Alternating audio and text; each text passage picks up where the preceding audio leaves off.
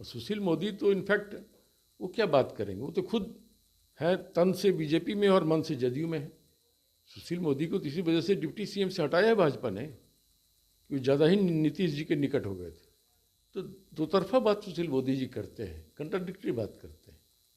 उन्हें इन बातों का खुलासा करना चाहिए और अपनी स्थिति स्पष्ट करनी चाहिए कि नीतीश जी से उनकी निकटता का राज क्या है। देखिए, सीबीआई की विशेष अदालत ने एक बार फिर से लालू प्रसाद यादव को 5 साल की सजा सुनाई है और 60 लाख का जुर्माना भी लगा है। अब देखिए, बिहार के पूर्व डिप्टी सीएम सुशील मोदी ने साफ तौर पे कहा है कि शिवानंद तिवारी, प्रेमचंद्र मिश्रा और वृषिण पटेल ने मुकदमा दर्ज कराया था और फिर वो जाकर के पलटी मार के लालू प्रसाद के साथ मिल गए। हमारे साथ खुद प्रेमचंद मिश्रा हैं, कांग्रेस के एमएलसी हैं। सर, सुशील मोदी जिस तरह से कह रहे हैं, आप लोगों का नाम ले रहे हैं और कह रहे हैं फिर से वो लालू प्रसाद के साथ जाके मिल गए, भ्रष्टाचार का कुतर्क देने लगे, कैसे देखते हैं आप? देखिए, सुशील मोदी जी को आदत है कुछ न कुछ बयान देने का। ये फैक्ट है कि चारा घोटाले की सीबीआई जांच के लिए जिन लोगों ने याचिकाकर्ता के तौर पे पटना हाई कोर्ट में पीआईएल फाइल किया था, उसमें मैं भी था और इस चीज़ को मैं स्वीकार करता हूँ, मैं उसको डिनाई नहीं करता हूँ।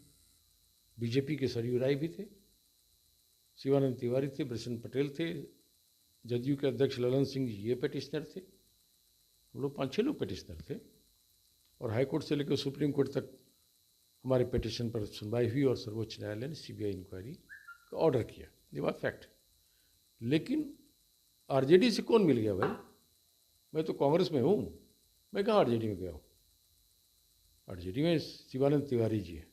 तो शिवानंद तिवारी जी तो जदयू भाजपा की सरकार में मंत्री भी थे बिहार में, और जदयू भाजपा दोनों ने मिलकर उनको राज्यसभा भी भेजा। ये इन बातों का जवाब सुशील मोदी को देना चाहिए। और सुशील मोदी तो इनफैक्ट वो क्या बात करेंगे, वो तो खुद है तन से बीजेपी में और मन से जदयू में है।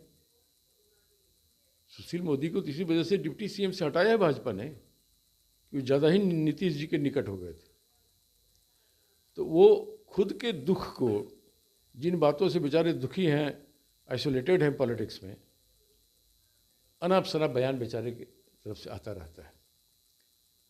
तो मैं स्पष्ट रूप से सुशील मोदी से ये जानना चाहता हूँ कि शिवानंद तिवारी जी पिटिशनर थे और फिर लालू प्रसाद जी की पार्टी में शामिल हो गए, वहाँ शायद उपाध्यक्ष आरजेडी में हो, तो उन्हें भाजपा जदयू की संयुक्त सरकार है ना बिहार में, उसी सरकार में कैबिनेट मिनिस्टर क्यों बनाया गया, राज्यसभा का मेंबर जो बनाया गया था? इन दो घटनाओं के एक समय सुशील मोदी ने या भाजपा ने शिवानंद तिवारी की उम्मीदवारी का क्यों नहीं विरोध किया?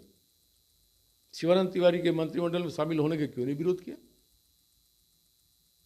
तो दो तरफा बात सुशील मोदी जी करते हैं, कंट्राडिक्टरी बात करते हैं। उन्हें इन बातों का खुलासा करना चाहिए और अपनी स्थिति स्पष्ट करनी चाहिए, और ये भी बताना चाहिए कि नीतीश जी से उनकी निकटता का राज क्या है।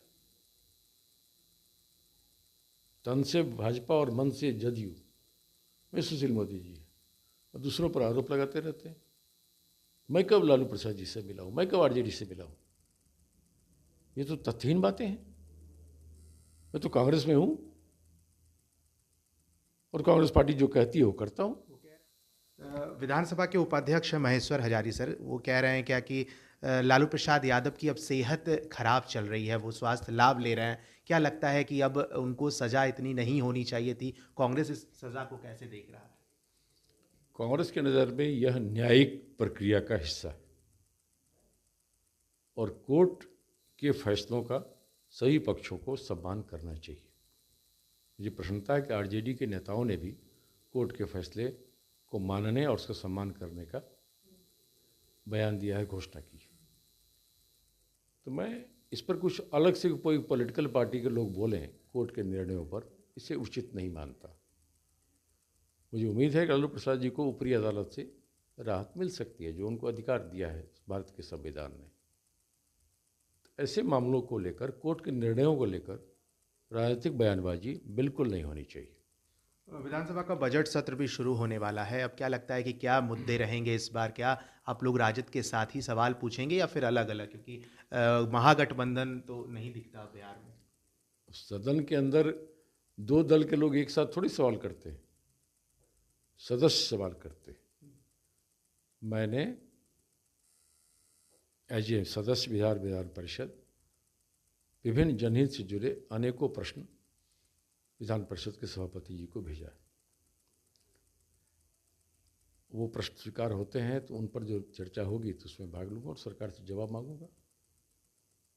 सरकार की विफलताओं को उजागर करना कांग्रेस पार्टी के सदस्यों का काम होगा, जो हम विधानसभा में भी करेंगे और विधान परिषद में भी करेंगे।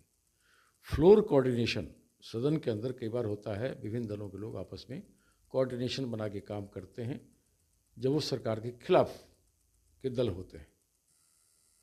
उसके लिए विधायक दल की बैठक हमारी होगी, उसमें रणनीति तय होगा कि कांग्रेस पार्टी के सदस्य विधानसभा में और विधान परिषद में दोनों जगह किस रणनीति के तहत काम करेंगे, वो हमारा विधायक दल तय करेगा।